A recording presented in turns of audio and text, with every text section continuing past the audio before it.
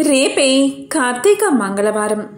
మంగళవారం రోజు ఆ సుబ్రహ్మణ్యేశ్వరుని పూజిస్తే విశేష శుభ ఫలితాలు కలుగుతాయి.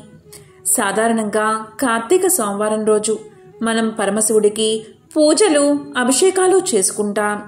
మరి కార్తీక మంగళవారం రోజు సుబ్రహ్మణ్యుణ్ణి ఎలా పూజిస్తే రుణబాధలు సమస్యలు తొలగిపోతాయో ఇప్పుడు తెలుసుకుందాం. అదేవిధంగా సుబ్రహ్మణ్యుడి ముందు ఈ ఒక్క దీపాన్ని వెలిగిస్తే చాలు సకల సమస్యలు తొలగిపోతాయి, కోరిన కోరికలు నెరవేరతాయి, వివాహం జరుగుతుంది, మంచి సంతానం కలుగుతుంది. మరి సుబ్రహ్మణ్యుడి ముందు ఏ దీపాన్ని వెలిగించాలో తెలుసుకునే ముందు స్వామికి సంబంధించిన ఒక చిన్న కథను ఇప్పుడు విందాం. సుబ్రహ్మణ్యేశ్వర స్వామి యొక్క వివాహం ముందుగా దేవసేన అమ్మవారితో జరిగింది. అరిష్టనేమి అనబడే ఒక ప్రజాపతి కుమార్తె దేవసేన. ఈమెకు దైత్యసేన అనే ఒక చెల్లెలు ఉండేది. అందరినీ ఆకర్షించే అద్భుతమైన అందం దేవసేన సొంతం. ఒక రోజున దేవసేన తన చెల్లెలు అయిన దైత్యసేనతో కలిసి ఆడుకుంటూ ఉంది. ఆ సమయంలో అక్కడికి ఒక రాక్షసుడు వచ్చి దేవసేనను భయపెట్టి ఎత్తుకుపోయే ప్రయత్నం చేశాడు. ఆవిడ బిగ్గరగా కేకలు పెట్టింది. ఆ సమయంలో ఇంద్రుడు ఐరావతం మీద వెళ్తున్నాడు. ఆయన వెంటనే తన వజ్రాయుధంతో ఆ రాక్షసుని సంహరించి అరిష్టనేమి కుమార్తె అయిన దేవసేనని రక్షించాడు. వెంటనే ఇంద్రుడు అరిష్టనేమి ప్రజాపతితో, ఈ దేవసేనని నా కుమార్తెగా చేసుకోవాలి అనుకుంటున్నాను. నేను ఈమెను పెంచుకుంటాను. దైత్యసేనని నీ దగ్గరే ఉంచుకో. దేవసేన నా దగ్గర పెరుగుతుంది అని అరిష్టనేమికి చెప్పి ఆమెను తీసుకెళ్లి పెంచడం మొదలుపెట్టాడు ఇంద్రుడు. ఆ పిల్ల పెరిగి పెద్దదవుతూ ఉంటే ఇంద్రుడికి ఒక ఆలోచన కలిగింది. ఈ దేవసేనను దక్కించుకోగలిగిన వాడు పరాక్రమంతో పాటు కారుణ్యం అపారంగా కలిగిన వాడై ఉండాలి. అటువంటి వాడికే ఇచ్చి వివాహం చేస్తాను అనుకున్నాడు ఇంద్రుడు. ఆ సమయంలో ఒక ఆశ్చర్యకరమైన సంఘటన జరిగింది. తారకాసురుడి మరణం తర్వాత తారకాసురుడి తమ్ముడు అయిన శూరపద్ముడు ఆ శూరపద్ముని సంహారం కూడా కుమారస్వామి చేశాడు. తన కుమార్తెకు అలాంటి వాడికే ఇచ్చి వివాహం చెయ్యాలి అనుకున్నాడు ఇంద్రుడు. సుబ్రహ్మణ్యుడి బల పరాక్రమాలు చూసిన ఇంద్రుడు అతని తల్లిదండ్రులైన శివ పార్వతుల గురించి తెలిసినవాడు కావడంతో తన కూతురు అయిన దేవసేనకు సుబ్రహ్మణ్యుడే తగిన వరుడు అని నిశ్చయించుకున్నాడు. ఇంద్రుడు వెంటనే సుబ్రహ్మణ్యుడి దగ్గరికి వెళ్లి దేవసేనతో వివాహం గురించి అతని అభిప్రాయాన్ని అడిగి అదేవిధంగా శివపార్వతుల నుంచి అంగీకారం తీసుకుని తన పెంపుడు కూతురు అయిన దేవసేనను సుబ్రహ్మణ్యుడికిచ్చి వివాహం చేశాడు. స్వర్గాధిపతి అయిన ఇంద్రుడు తన కూతురు అయిన దేవసేనను సుబ్రహ్మణ్య స్వామికి వివాహం చేసినప్పుడు అల్లుడికి ఐరావతాన్ని బహుమతిగా ఇచ్చాట. ఐరావతం ఇంద్రలోకం నుంచి వెళ్లిపోయినప్పటి నుంచి ఇంద్రుడి సంపద తరిగిపోసాగిందట. ఇది గమనించిన సుబ్రహ్మణ్యుడు ఇంద్రుడికి తిరిగి ఐరావతాన్ని ఇవ్వబోయాడు. కాని ఇంద్రుడు బహుమతిని వెనక్కి తీసుకోవడానికి నిరాకరించాడట. ఐరావతాన్ని ఇంద్రలోకం వైపు తిరిగి ఉండేటట్లు ఉంచమని మాత్రం కోరతాడు ఇంద్రుడు. దానితో ఇంద్రలోకం తిరిగి కలకల్లాడింది అని పురాణ కథలు చెబుతున్నాయి. ఈ విధంగా దేవసేన అమ్మవారి సుబ్రహ్మణ్యేశ్వర వారి వివాహం అంగరంగ వైభవంగా జరిగింది. మరి శ్రీ వల్లీదేవితో స్వామివారి వివాహం ఎలా జరిగిందో ఇప్పుడు తెలుసుకుందాం. ఒకానొక సమయంలో నారద మహర్షి కైలాస పర్వతం మీద స్నేహితులతో కలిసి ముచ్చటించుకున్నటువంటి సుబ్రహ్మణ్యుడి సన్నిధానానికి వెళ్లారు. లోకములలో తాను చూసిన విశేషాలను చెప్పడం మొదలుపెట్టాడు నారదుడు. వల్లి కళ్యాణం చేయించడానికి వచ్చాడు నారదుడు ఇలా చెప్పడం మొదలుపెట్టాడు. ఒక మహర్షి తేజస్సు వల్ల అయోనిజే ఒక పిల్ల అరణ్యమందు పుట్టి ఉండగా ఒక బిల్ల నాయకుడికి దొరికింది. ఆ పిల్లను తీసుకువచ్చి ఆయన పెంచుకుంటున్నాడు. ఆ పిల్ల పేరే వల్లి. ఆమె రాశీభూతమైన సౌందర్యం కలది. అటువంటి వల్లి నీ భార్య కావాలి అనేది నా కోరిక. ఆ పిల్ల చుట్టూ పాములు ఉంటాయి ఎప్పుడు. నువ్వు చూసి భయపడకూడదు సుమా. ఎవరు ఆ పిల్ల ఒంటిని పట్టిన పాములను చూస్తారో వాళ్ళు ఆ పిల్ల సౌందర్యాన్ని చూసి ఉండలేక పొంగిపోతారు అన్నాడు నారదుడు. ఆ మాటలు విని సుబ్రహ్మణ్యుడు బిల్లపురానికి వెళ్ళాడు. ఆయన వెళ్ళడానికి ముందే నారదుడు ఆ ప్రాంతానికి వెళ్ళాడు. నారదుడికి బిల్లరాజు ఎదురు వచ్చాడు. మంచి మంచి పువ్వులు, తేనె, పళ్ళు తీసుకువచ్చి నారదుడికి పెట్టాడు బిల్లరాజు. అప్పుడు నారదుడు బిల్లరాజుతో ఇలా పలికాడు. నీకొక శుభవార్త చెప్తాను. మిమ్మల్ని ఉద్ధరించడానికి పరమేశ్వరుడు ఈ పిల్లను నీకు కూతురుగా పంపాడు.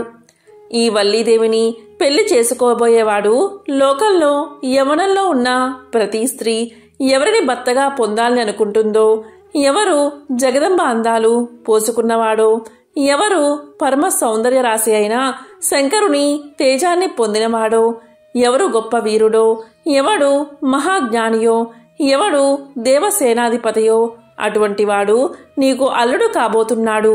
నీ అదృష్టమే అదృష్టం అన్నాడు నారదుడు. బిల్లరాజు నారదుని మాటలు విని చాలా పొంగిపోయాడు. ఇక్కడ కుమారస్వామి వనంలోకి ప్రవేశించి వల్లీదేవి వంక చూసి, బహుశా బ్రహ్మ తన సృష్టి శక్తిలోని సౌందర్యానంతటినీ ఒకే చోట రాశీభూతం చేసి ప్రాణప్రతిష్ఠ చేస్తే ఆమె ఈ వల్లి అయి ఉంటుంది. ఈ పిల్లతో ఒకసారి మాట్లాడాలి అని అనుకున్నాడు సుబ్రహ్మణ్యుడు. లతాంగి, నన్ను చేపట్టవా అని అడిగాడు. ఆవిడ ఈయన వంక చూసి, అబ్బో ఇతను ఎంత అందగాడో అనుకుని, నారదుడు మా ఇంటికి వచ్చినప్పుడు నాకు సుబ్రహ్మణ్యుడితో వివాహం అవుతుందని చెప్పాడు. ఈ పిల్లవాడు అందగాడు కావచ్చు, కానీ నా మనస్సు పాపభావాన్ని తలపెట్టకూడదు. నేను సుబ్రహ్మణ్యుడికి చెందిన దానను. పార్వతీ పరమేశ్వరుల కుమారుడే అయి ఉంటే నేనెంతో అదృష్టవంతురాలని అనుకుని, ఇంట్లో పెద్దవాళ్ళు ఉన్నారు, ఏదైనా అడగవలసి వస్తే మా తల్లిదండ్రులను అడగండి. అయినా కుమారస్వామి నాకు భర్త అవుతారని నారదుడు చెప్పాడు. అందువల్ల నా మనస్సు ఆయనకే అర్పించబడింది అని సమాధానం చెప్పింది వల్లీదేవి. ఆమె అలా చెప్పగానే మహానుభావుడు సుబ్రహ్మణ్యుడు ఒక్కసారి తన నిజరూపాన్ని వల్లీదేవికి చూపించాడు. ఆ తల్లి ఎంతో పొంగిపోయింది. ఇంతలో తండ్రి వచ్చి ఇంటికి తీసుకువెళ్ళాడు. వల్లీదేవి ఇంటికి వెళ్ళిన తర్వాత ఎంతో బాధపడింది. అయ్యో, ఎక్కడి మహానుభావుడు, నేను ఒక్క మాట నోరు తెరిచి చెప్పలేదు అని ఎంతో బాధపడింది. ఇదంతా గమనించిన చెలికత్తె, ఎందుకమ్మా బెంగ పెట్టుకున్నావు అని అడగగా వల్లీదేవి ఒక ఆకు మీద ఉత్తరం రాసి సుబ్రహ్మణ్యుడికి ఇవ్వమని చెలికత్తెకు అందజేసింది. అక్కడ సుబ్రహ్మణ్యుడు పుష్పవాటిక యందు ఒక సరోవరం ఒడ్డున కూర్చుని ఉన్నాడు. చెలికత్తె వెళ్లి పత్రాన్ని చూపించింది. ఆయన చదివి వల్లీదేవి దగ్గరకు వెళ్దామన్నాడు. అప్పుడు చెలికత్తె, అలా వద్దు, నేను వల్లీదేవిని తీసుకువస్తాను అని చెప్పి వెళ్ళి వల్లీదేవిని తీసుకువచ్చింది. వాళ్ళిద్దరూ మాట్లాడుకుంటూ కూర్చున్నారు. ఈలోగా తెల్లారిపోయింది. పిల్ల కనబడలేదని అందరూ వెతుకుతూ సరోవరం ఒడ్డు దగ్గరకు రాగా ఇద్దరూ కనబడ్డారు. బిల్లనాయకుడికి ఆ యువకుడు సుబ్రహ్మణ్యుడు అని తెలియనే తెలియదు. సుబ్రహ్మణ్యుడు కూడా వేటగాని వేషంలో ఉన్నాడు. వెంటనే ఆగ్రహంతో తన పరివారంతో ఆయన మీద బాణాలు ప్రయోగించాడు బిల్లనాయకుడు. ఈ సంఘటనకు సుబ్రహ్మణ్యుడు పేలగా నవ్వుతూ వాటన్నిటినీ స్వీకరించి వల్లీదేవి వంక చూసి వారి మీద సమ్మోహాస్త్రాన్ని ప్రయోగించాడు. అందరూ కిందపడి స్పృహ తప్పిపోయారు. అప్పుడు వల్లీదేవి తన వాళ్ళందరూ పడిపోయారని ఎంతో ఏడ్చింది. అప్పుడు స్వామివారు అనుగ్రహించేసరికి మరలా వారందరికీ స్పృహ వచ్చి లేచారు. వారు లేచి చూసేసరికి శూలం పట్టుకుని నెమలి వాహనం మీద వల్లీదేవితో కలిసి కూర్చున్న సుబ్రహ్మణ్యుడు సాక్షాత్కరించాడు. ఆ బిల్లులందరూ నేల మీద పడి సుబ్రహ్మణ్యుడికి సాష్టాంగ నమస్కారం చేసి పొంగిపోయారు. నారదుడు దేవసేనతో పార్వతీ పరమేశ్వరులతో అక్కడకు వచ్చాడు. నేనెంత భాగ్యవంతురాలినో కదా అనుకుని వల్లీదేవి పార్వతీ పరమేశ్వరులకు నమస్కారం చేసింది. అప్పుడు సంతోషంగా పార్వతీ పరమేశ్వరులతో దేవసేనతో కలిసి ఏ అరమరికలు లేకుండా ఆనాటి నుండి ఈనాటి వరకు భక్తుల కోర్కెలు అనుగ్రహించడానికి సుబ్రహ్మణ్య స్వామివారు తిరుత్తనియందు వెలసి ఉన్నారు. ఈ విధంగా వల్లీదేవి సుబ్రహ్మణ్యుల వివాహం జరిగింది. కార్తీక మంగళవారం రోజు ఏం చేయాలి అంటే, ముందుగా పూజా గదిలో ఒక పీటను ఏర్పాటు చేసుకోండి. ఆ పీటకు పసుపు రాయండి. తరువాత పీట ముందు బియ్యం పిండితో షట్కోణ ముగ్గు వేయండి. అంటే 6 కోణాలతో ఉన్న ముగ్గును వేయండి. ఇప్పుడు పీటపై కందులు లేదా ఎర్ర కందిపప్పు ఉంచండి. 3 గుప్పుల్లా ఎర్ర కందిపప్పు దానిపై పోయండి. దానిపై రాగి లేదా ఇత్తడి లేదా వెండి పల్లాన్ని ఉంచండి. స్టీలు పల్లాన్ని మాత్రం అస్సలు ఉపయోగించకూడదు. ఆ పల్లానికి ముందుగానే పసుపు కుంకుమ రాయండి. ఇప్పుడు ఒక దీపం తీసుకుని అందులో నువ్వుల నూనె పోసి 6 ఎరుపు రంగు వత్తులు ఉంచి వాటిని ఒకేసారి వెలిగించండి. ఈ దీపం పల్లెల్లో ఉండాలి. ఇదంతా ఎందుకంటే మంగళవారం అనేది కుజుడికి ఇష్టమైన రోజు. కుజుడికి కందులంటే ఇష్టం. కుజుడికి అధిపతి సుబ్రహ్మణ్యేశ్వరుడు. ఈ పూజ అంతా సుబ్రహ్మణ్యేశ్వర స్వామి చిత్రపటం ముందు చేయాలి.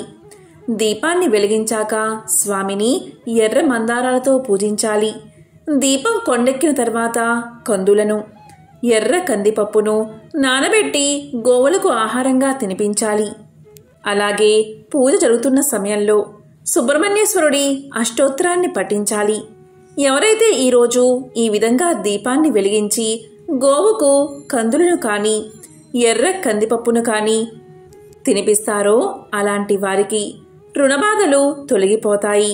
అన్ని రకాల దోషాల నుండి వారు త్వరగా బయటపడతారు. కాబట్టి ఎంతో విశేషమైన ఈ కార్తీక మంగళవారం రోజు ఈ పరిహారాన్ని పాటించి సకల శుభాలను పొందండి. ఓం నమో స్కందాయ నమః.